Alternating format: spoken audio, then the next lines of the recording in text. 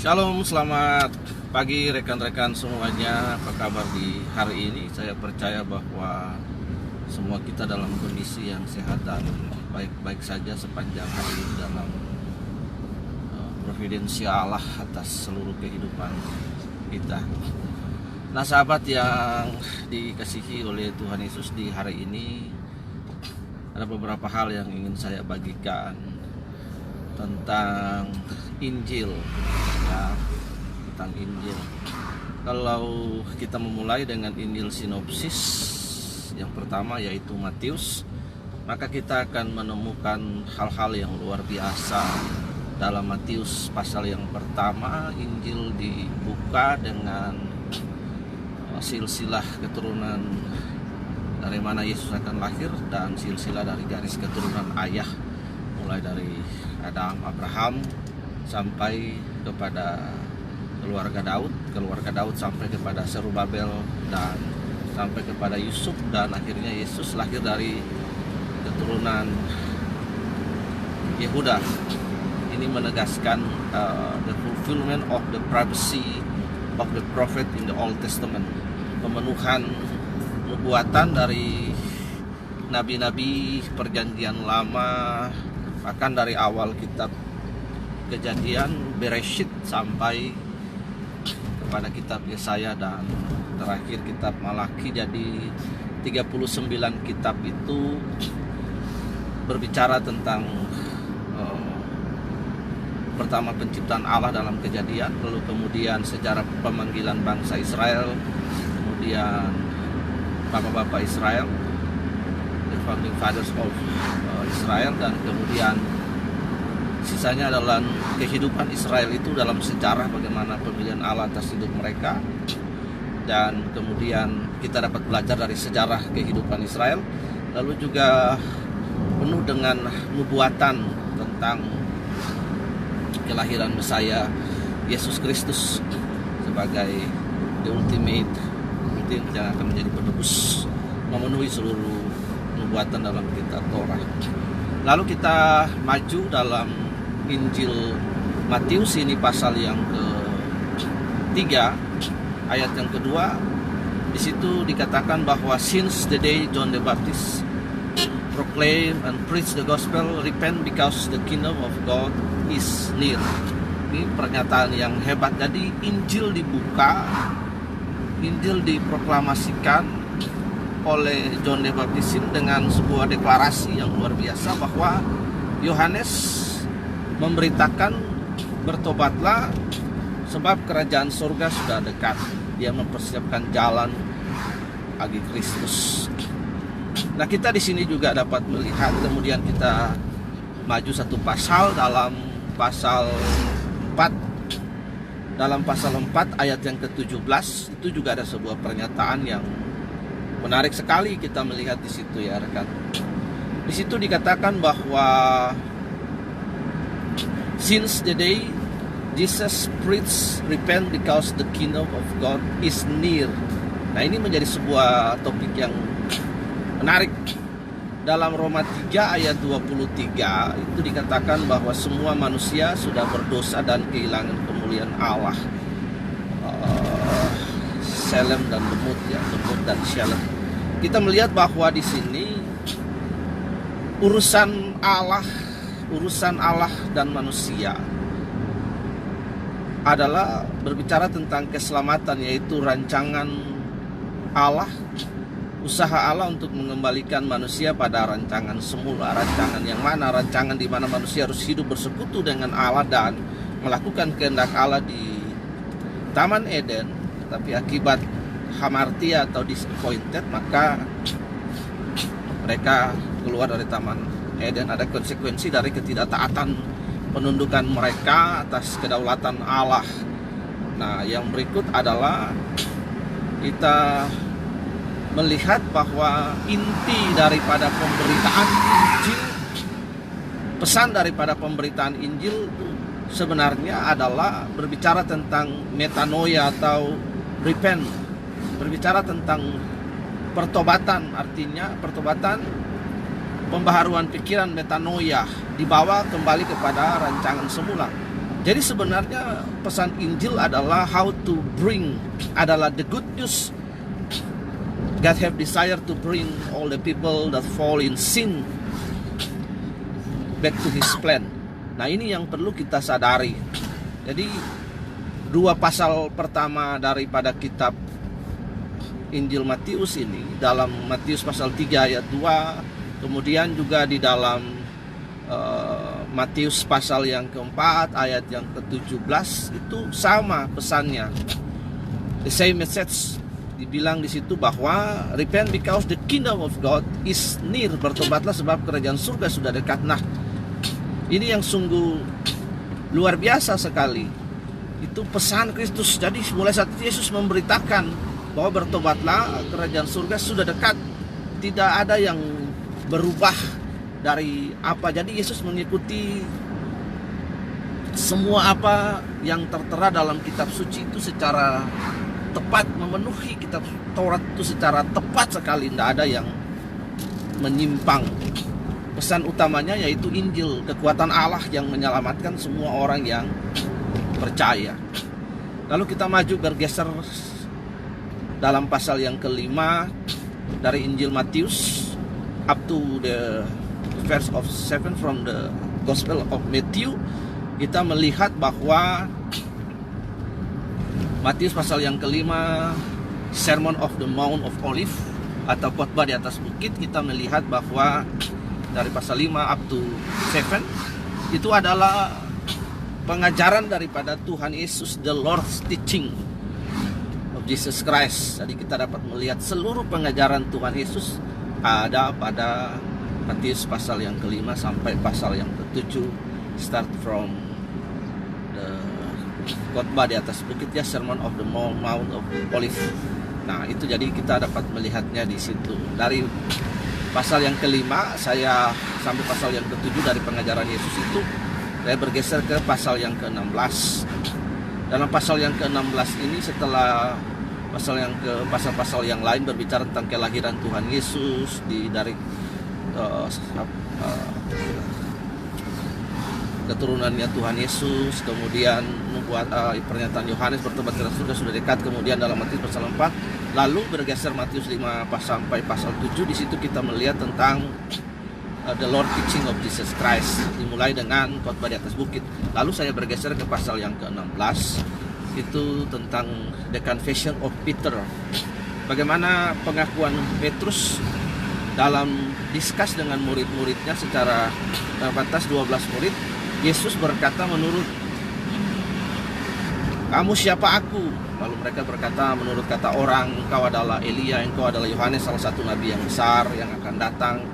Tapi di situ Yohanes berkata bahwa you are the son of God, you are Messiah, the son of the living son of God. Lalu kita melihat bahwa pernyataan Yohanes inilah menjadi terminologi kehidupan Kristen kita, yaitu dimulainya sebuah institusi gereja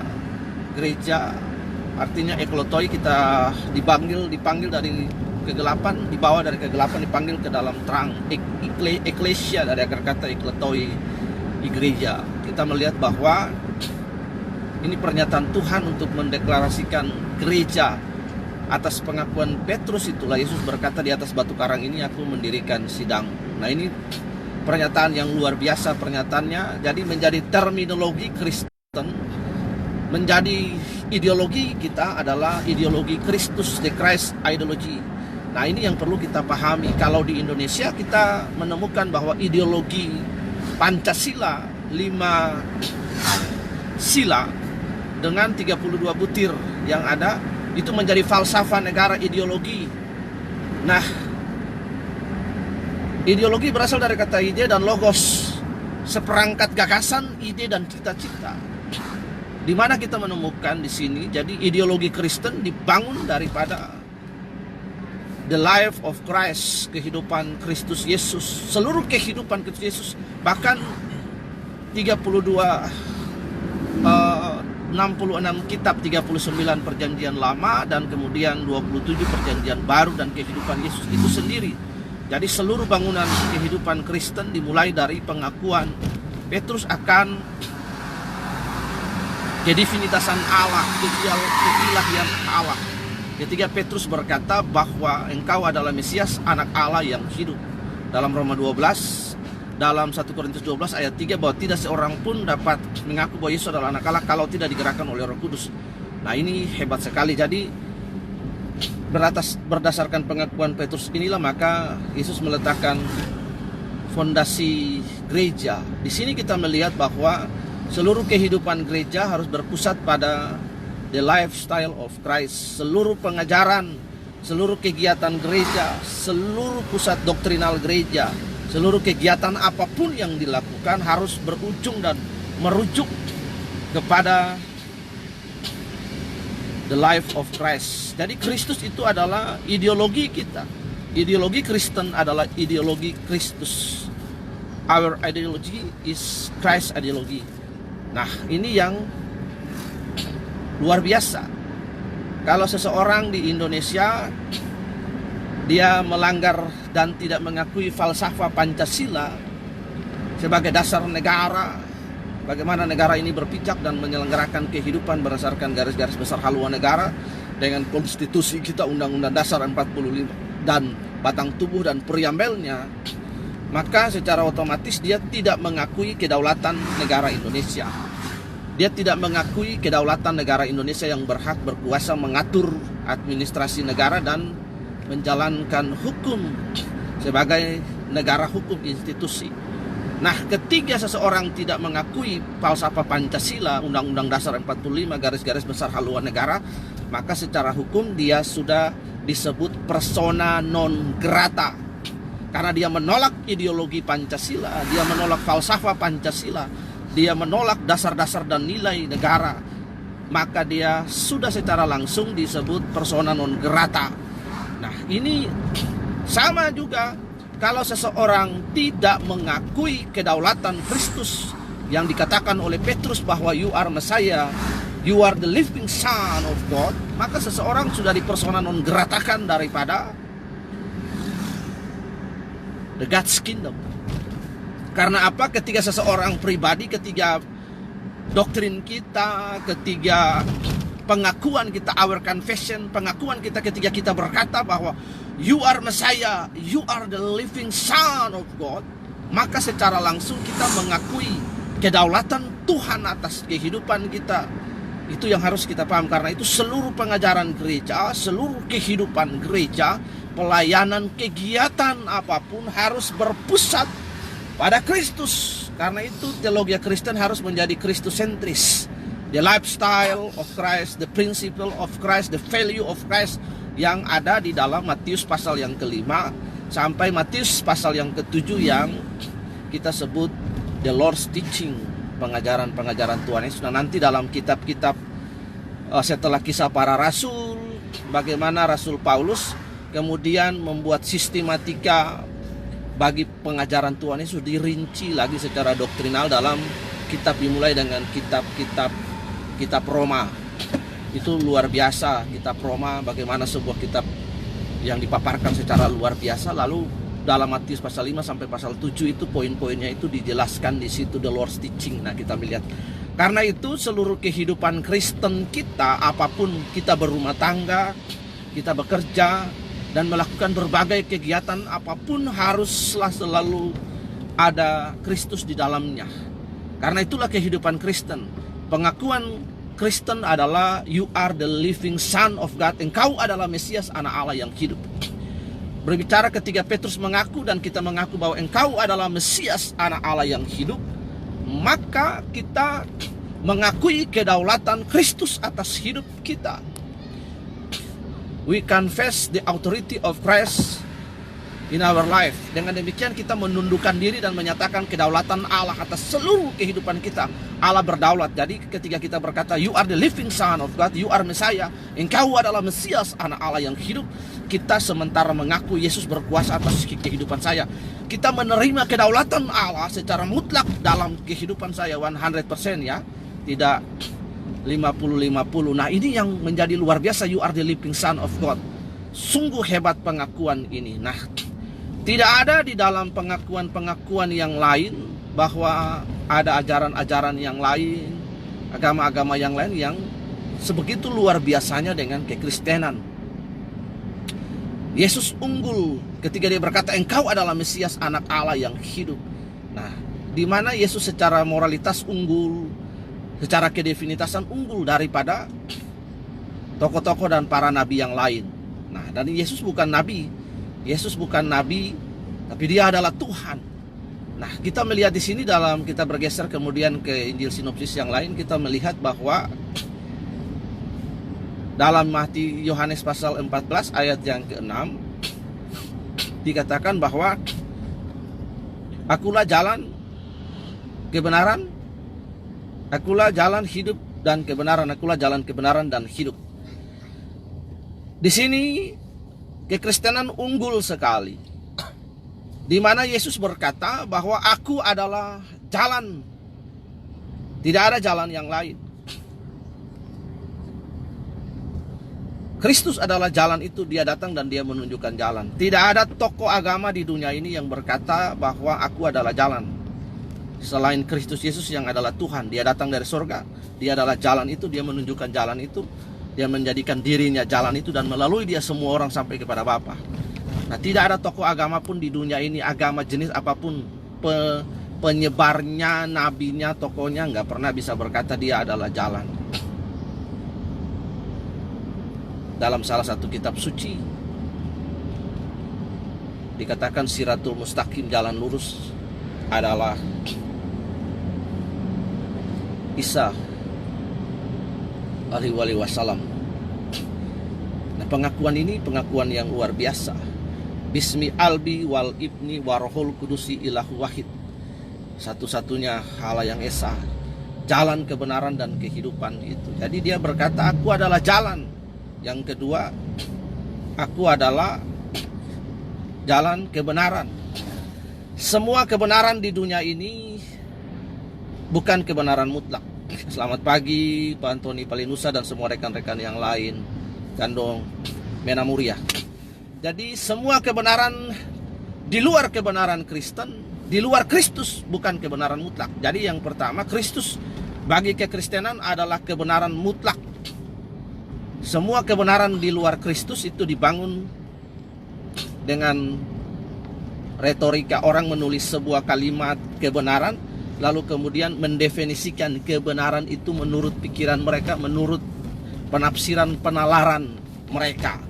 Jadi kebenaran di luar Kristus itu bukan kebenaran. Suatu saat dalam suatu frame dalam Injil kita melihat bahwa pada masa pemerintahan Roma yang menjajah hampir separuh sebagian daripada dunia ini, kita melihat bahwa Palestina pada zaman Yesus dijajah oleh Roma sebagai vasal, ya. Lalu ditempatkanlah gubernur atau disebut prokurator di situ yang bernama Pontius Pilatus. Kita mengetahui dalam sejarah bahwa Roma unggul secara militer, Roma unggul secara hukum, dan banyak hukum datang daripada para senator yang bersidang untuk menentukan hukum Roma. Unggul di situ bagaimana mereka menerapkan disiplin, nilai-nilai hukum, dan menurut Roma kebenaran bagi mereka adalah kebenaran menurut versi Roma. Karena itu ketika Pilatus mengadili Kristus, maka Pilatus berkata dengan bahasa yang impersonal. Pilatus berkata bahwa quis est veritas, apa itu kebenaran. Nah, karena bagi Pilatus, bahwa Pilatus terbiasa mengadili orang, jadi pikirannya dia hukum Roma itu sudah benar menurut Pilatus. Karena itu dia berkata quis est veritas. Dia terbiasa mengadili orang, dan kebenaran yang dia berikan adalah kebenaran berdasarkan versi Roma untuk mengadili dan memberikan hukum secara Romawi. Tetapi yang berdiri di hadapan dia adalah pribadi, personal. Karena itu Yesus tidak menjawab. Ketika Pilatus berkata bahwa quis est veritas, Yesus tidak bilang aku adalah jalan kebenaran dan hidup. Karena pertanyaannya adalah pertanyaan impersonal. Karena yang berdiri di hadapan dia adalah pribadi. Karena itu kekristenan sungguh luar biasa dan kekristenan sangat hebat. Shalom, selamat pagi Mami. Assalamualaikum warahmatullahi wabarakatuh. Shalom Elohim. Baruch haba bisyama Adonai Mami. Jadi kita melihat di sini bahwa Pilatus terbiasa menyelenggarakan pengadilan dan membuat putusan berdasarkan kebenaran yang dia bangun berdasarkan hukum Roma. Tapi yang berdiri di hadapan dia adalah Kristus pribadi. Jadi pertanyaannya pertanyaan impersonal. Dia bertanya apa itu kebenaran. Seharusnya dia berkata siapa itu kebenaran. Karena Yesus berkata aku adalah jalan kebenaran dan hidup. Karena itu tidak ada satupun tokoh agama di dunia ini yang berkata bahwa dia pribadinya adalah kebenaran. Karena itu kekristenan harus mengakui mutlak bahwa Kristus adalah kebenaran. Kebenaran dalam kekristenan adalah kebenaran pribadi yang adalah Kristus itu sendiri. Bagaimana manusia, bagaimana orang Kristen, bagaimana setiap kita yang percaya itu berelasi dengan kebenaran, berelasi dengan kehidupan Yesus, berelasi dengan pribadi Yesus yang adalah kebenaran. Karena itu kekristenan unggul dari semua pengajaran agama apapun.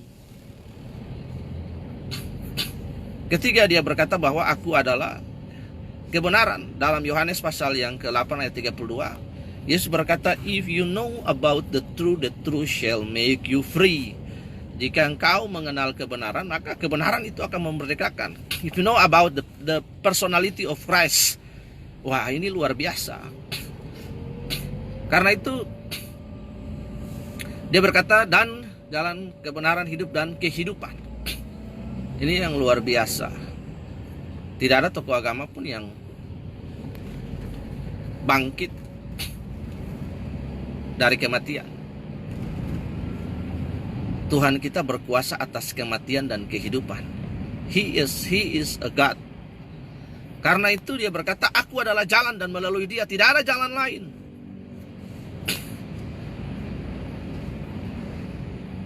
Mazmur 121 berkata bahwa dari mana datangnya pertolongan kita hanya datang daripada Tuhan. Tidak ada jalan yang lain. Selamat pagi Pak Dr. Stephen Milley, Pak dosen. Tuhan Yesus memberkati dalam tugasnya sebagai asesor di hari ini di beberapa tempat di Pulau Seram. Roh Kudus memberkati selalu dalam tugas yang dikerjakan, kasih karunia sertai. Nah ini Yesus adalah Tuhan atas kehidupan itu sendiri. Bahkan Allah atas kematian. Dia hidup. Karena itu kekristenan begitu berkuasa. Karena kekristenan mengimani the power of the resurrection of Christ. Kuasa kebangkitan yang memerdekakan setiap kita. Yang mematahkan kutuk maut dan kuasa dosa. By the power of the resurrection of Christ, oleh kuasa kebangkitan Kristus itu. Dalam bahasa Yunaninya disebut hyperbalon. Kuasa yang tidak terbayang. Iya. Yang tidak bisa duga, yang besar, yang great, yang luar biasa, the power of the resurrection of Jesus Christ. Jadi tidak ada satupun tokoh agama di dunia ini, nabi siapapun yang mati lalu dia bisa bangkit. Karena itulah Yesus berkata aku adalah jalan kebenaran dan kehidupan. Tiga hal ini menjadi hal yang penting. Karena itu kekristenan unggul. Dia adalah jalan, dia adalah kebenaran mutlak bagi setiap kita. Bagaimana kita berrelasi dengan kebenaran yang bersifat pribadi Yesus. Dan yang kedua, dia adalah Tuhan atas kehidupan ini. Sungguh luar biasa. Karena itu pengharapan manusia atas kehidupan ini adalah bahwa yang lebih ilahi dapat menyelamatkan mereka. Kristus memenuhi semua unsur itu. Kristus memenuhi semua unsur tersebut. Nah karena itu ini menjadi sebuah hal yang harus umat Kristen ikuti dengan baik dan benar. Karena itu setiap penyelenggaraan pelayanan, setiap penyelenggaraan ibadah, bagaimana orang Kristen menjalani kehidupan bukan saja secara bios atau biologi, dia menikah, dia kawin, dia bekerja, tapi bagaimana menjalani hidup itu dengan soe. Karena itu Bapak Ibu, pengakuan iman rasuli itu dimulai dengan pernyataan yang luar, aku percaya kepada Allah. Lalu setelah itu percaya kepada Yesus Kristus anak tunggal Allah yang luar biasa. Jadi kehidupan mengawali kehidupan kita dalam pekerjaan berumah tangga dan lain. Pengakuan ini yang menjadi terminologi dan menjadi ideologi kita adalah Yesus, engkau adalah Mesias, anak Allah yang hidup. Ini sungguh luar biasa. Kita berumah tangga, kita mengakui dalam rumah tangga kita mengakui dalam keluarga kita kedaulatan Allah dengan pengakuan kita. Karena ketika seseorang mengaku bahwa Yesus adalah Mesias, anak Allah yang hidup, maka pada saat yang bersamaan dia sementara mengaku kedaulatan Allah.